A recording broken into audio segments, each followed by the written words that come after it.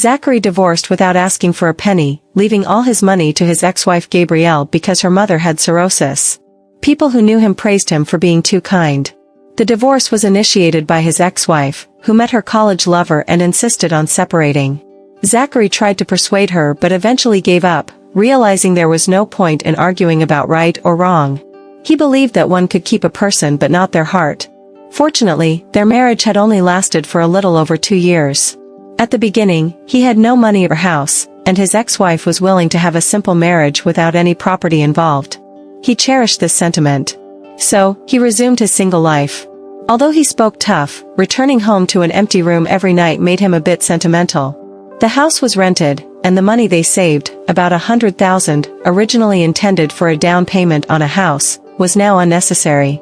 Later, Zachary opened a real estate agency, and in the past 6 months, the business gradually picked up.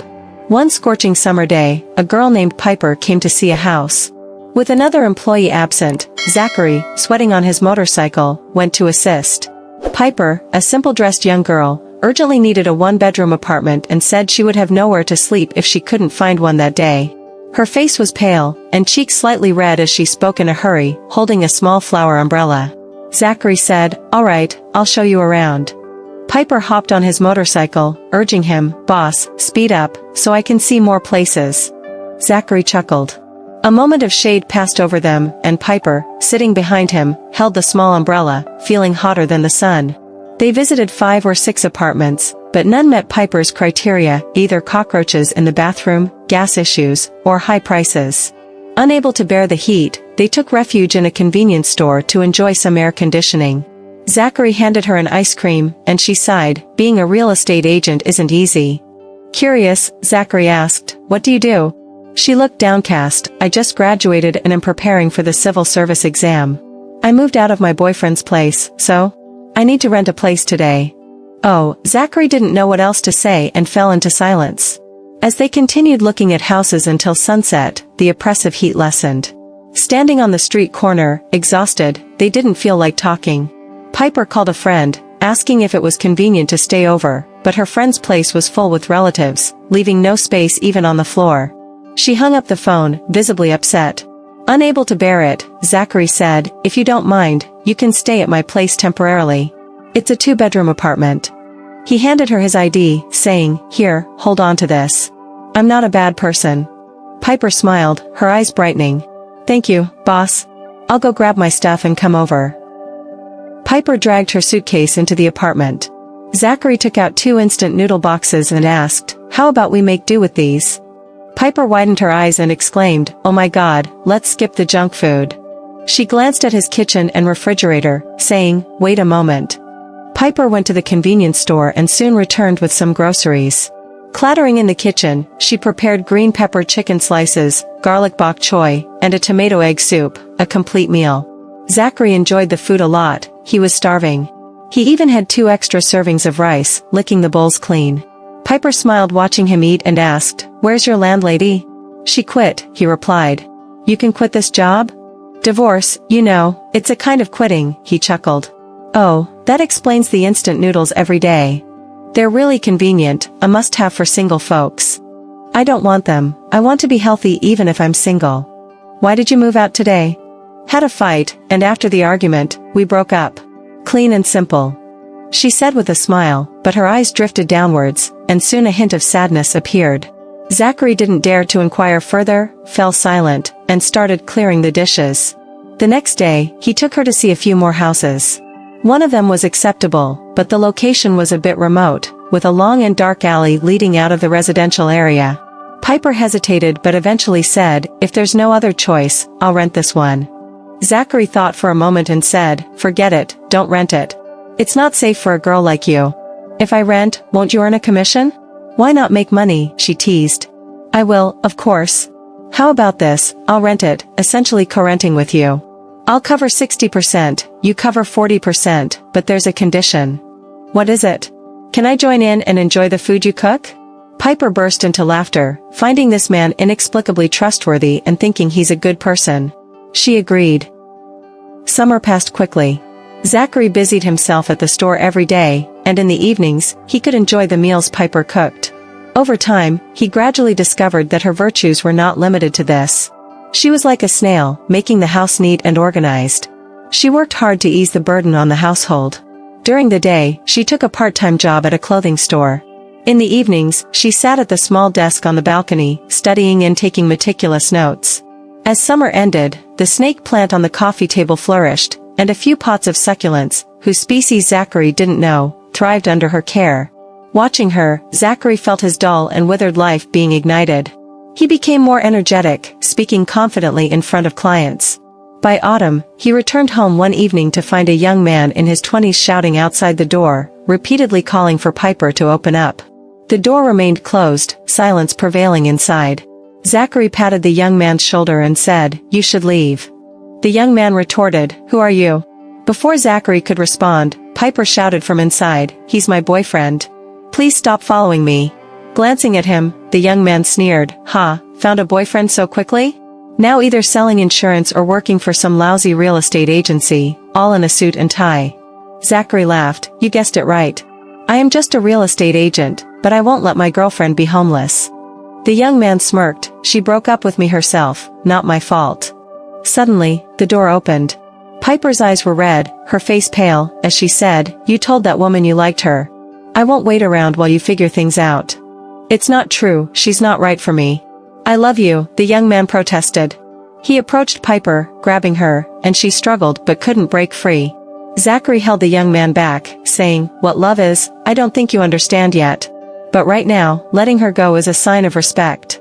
The young man let go, but soon he threw a punch, hitting Zachary squarely in the face. That night, half of Zachary's face swelled like a pig's head. Piper, with ice and a rolled egg, tended to him, holding back tears. He said, "If you're sad, cry it out. Love is like this, knowing the pain but being powerless." She cried, "I'm sorry. Why, among so many people in this world, did you meet me? And why did you have to take that punch for me?" "Because I'm just a lousy real estate agent, and you happen to not have a place to stay," he said, half of his mouth grinning. In the deep, dark night, Piper also laughed through her tears. Later times were plain yet fulfilling. That winter, the snow came earlier than the previous year, covering the world in a marshmallow-like white. Zachary's most anticipated moment every day was coming home to the warmth of a cozy atmosphere, steaming meals, and Piper's sweet smile. Such happiness was even more precious in the winter, though it would vanish in an instant. Year-end was a bit busy, and Zachary had his hands full every day. During the spare moments at night, he pretended to scroll through his phone while actually watching Piper, diligently studying at the desk in the living room. Her silhouette was firm, like an old pine tree. A simple ponytail held her hair together, with an old and slightly loose rubber band. This down-to-earth girl made him always think about how to treat her better. So, Zachary searched online for hair clips, thinking of buying one for her. She approached him from behind one day, suddenly asking, "What are you so engrossed in?" He was startled, and his phone almost fell. She laughed heartily, saying, "Oh, planning to buy a hair clip for your girlfriend?" Yeah," he stammered. She helped him choose, saying, "This one looks nice, simple. Girls like simple things, not too fancy." A sky blue heart-shaped hair clip, not expensive, just 58 yuan. He quickly placed the order. But when the clip arrived, he kept it in his room, unsure how to give it to her. In the early spring of the next year, she signed up for the civil service exam. The day before the exam, Zachary came home early and took her out for dinner. It was a high-end restaurant with a seafood buffet costing 399 yuan per person. Piper stuck out her tongue, saying it was too expensive. Zachary said, "No matter how expensive, we must eat. Best wishes for your exam tomorrow." The young girl quickly became happy, and the buffet offered a wide variety of choices. Zachary watched her happily grabbing lots of food, cheeks bulging as she ate, and a sense of satisfaction welled up in his heart. That night in Zachary's memory soaked in moonlight was like flowers in bloom, accompanied by a slight intoxication. In Piper's eyes, there was innocence, along with a sense of naive anticipation for the future. Zachary had countless times thought of confessing to her, but considering himself, 7 years older, a divorced man without a house, still struggling in society. Meanwhile, she would surely pass the civil service exam, secure a stable and decent job. She deserved to find a more suitable man, not him. With this thought, all his feelings got stuck in his chest. He drank a lot, it was free after all. Eventually, he got drunk. When he woke up, it was already bright outside, and Piper had gone to the exam venue. During the period of waiting for the results, Piper didn't need to study every day anymore. On Mondays, when Zachary could have a day off, he would accompany her to explore the corners of the city. The motorcycle was getting old, riding in the spring breeze, with the skirt rustling. Piper sat behind, chatting happily. Zachary listened with joy, but in his heart, he was already planning to buy a car later, something more comfortable and spacious for her. Piper asked, "What about your girlfriend? Why aren't you with her?" He replied, "She's far away." She asked again, "Oh, did you send the hair clip to her?" He said, "Yes." "Does she like it?" "She likes it." The wind blew, gently caressing their faces. Zachary carried her through streets and alleys, amidst the blossoming spring. However, his heart was filled with a jumble of emotions. Later, Piper did pass the exam but was transferred to a town 40 kilometers away from the city. She was content and happy, extravagantly buying air-shipped bamboo shrimp and fresh cherries. She made Zachary's favorite twice-cooked pork and even bought 2 bunches of lilies, fragrantly arranged in a vase. During that meal, Zachary tasted a mixture of emotions, happy for her, yet sorrowful at the same time. She was about to start working, and she could lead a peaceful life, choosing a city, selecting a person, and living an ordinary life. The hair clip remained untouched, quietly lying in the cabinet, preserving his unexpected love. Unexpectedly, while they were only halfway through the meal, Zachary's ex-wife, Gabrielle, suddenly arrived. She glanced at Piper upon entering, seeing a table full of dishes, and said with a smile, "Oh, quite sumptuous." Zachary asked, "Is there something you need?" She said, "The traditional Chinese medicine we bought in Yunnan last time for liver health. Is it still here? I want to brew some for my mom." "Where did you put it?" "Look around."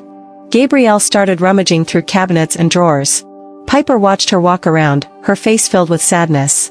When Zachary escorted Gabrielle out, she suddenly said, "I've broken up with him."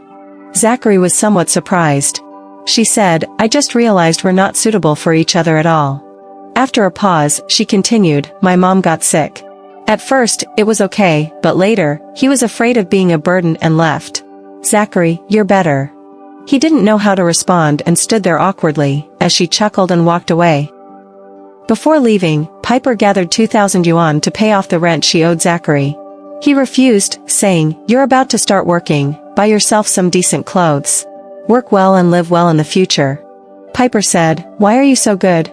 No wonder your ex-wife is looking for you, and your girlfriend also keeps you in mind." He was speechless, lowered his head, and said, "When you get your salary and have some extra money, you can give it to me then." "Okay." She reluctantly put the money in her bag and said, "Will you come to the town to see me? I heard there's a very nice hot spring there." "Yeah, when I have time." He said it coldly, but his heart was in pain. She looked at his expression, couldn't say anything more, just spread the freshly washed quilt on his bed. His mother called, asking Zachary to consider remarriage, saying, "After all, you two have a foundation of feelings. Getting a new certificate doesn't require much adaptation. You can give me a grandson next year. Gabrielle is not bad, she often comes to see me." He listened, looked at the heavy clouds outside the window, sighed, and bought a Mazda. On the day Piper left, he drove to send her off, bringing various daily necessities he bought for her, storage jars, plates, and a brand new non-stick frying pan, all squeezed into 2 boxes. Piper laughed, her cheeks still rosy, saying, "The single dormitory assigned over there can't fit all these things. You cook so well, don't waste it." "Do you want to eat my cooking?" "I do, but you're leaving. As you said, even if you're single, you should be healthy. However, if you meet someone suitable in the future, you can consider not staying single." "Zachary, why are you becoming like my mom? So, what about you? Will you choose your ex-wife or your long-distance girlfriend? Why do you care so much, little brat? Yesterday I saw a saying, if you don't cherish the opportunity when you have it, missing it is a lifetime." "Oh, really? Don't you think so? The bus is about to arrive. If you have anything to say it quickly." He looked at her but remained silent. She turned her head, tears welling up in her eyes, reminiscent of the first time he saw her, making his heart ache.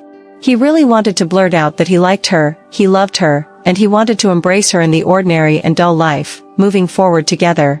However, after countless turns, those words were never said. She left, sitting on the long-distance bus, waving goodbye to him. The sunlight streamed into fragments on her face. She shouted, "Zachary, you're the best person I've ever met in my life." Hearing that, he felt a lingering sadness. A lifetime was indeed too long. But thinking about it, having her say those words was enough. Upon returning, Zachary sent a text message to his ex-wife, politely refusing her. He began tidying up the house, attempting to erase any traces left by Piper, but after half a day of busyness, he realized it was futile. Her plants flourished in every corner, and the fridge was packed with vegetables and meat, along with a bowl of stir-fried pork with a note on the sealed plastic wrap, "Just microwave it, and it's ready to eat." The fear of loneliness quickly permeated his entire being. He lay down in his room, where the scent of sunlight still lingered on the sheets. As he opened the bedside table, he discovered that the hairpin was missing. Inside the cabinet, there was a note, "Zachary, that night you were drunk and said you liked me. I don't know if it's true or not. I really like the hairpin, so I took it. I know you don't have a girlfriend, but if you choose your ex-wife, I'll wish you both happiness." After reading it, he felt a chill throughout his body, followed by a burning sensation. He paced back and forth in the room, then grabbed his car keys and rushed downstairs, still wearing slippers. It was only now that he understood her hints had been clear enough, yet he remained as unresponsive as a block of wood. If one doesn't cherish the opportunity when it arises, it might be a lifetime lost. With so many people in the world, why did they have to encounter each other? What was he still hesitating for? Even if he was 7 years older, even if he had been married before, even if his career wasn't grand, he still had the right to pursue her. Regardless of the outcome, he should confess to her, tell her he loved her, and express his genuine desire to marry her. The car sped on the highway, heading towards that small town. He called her, "Listen, when you reach the station, don't move. Wait for me. I'm coming to pick you up, and I have something to tell you." She paused for a moment, then shouted through the phone, "Zachary. You're the man with the longest reflex arc, the slowest reaction, and the most wooden and foolish I've ever met." He laughed excitedly as trees and sunlight flew by outside the car window, under the best weather he encountered when he first met her.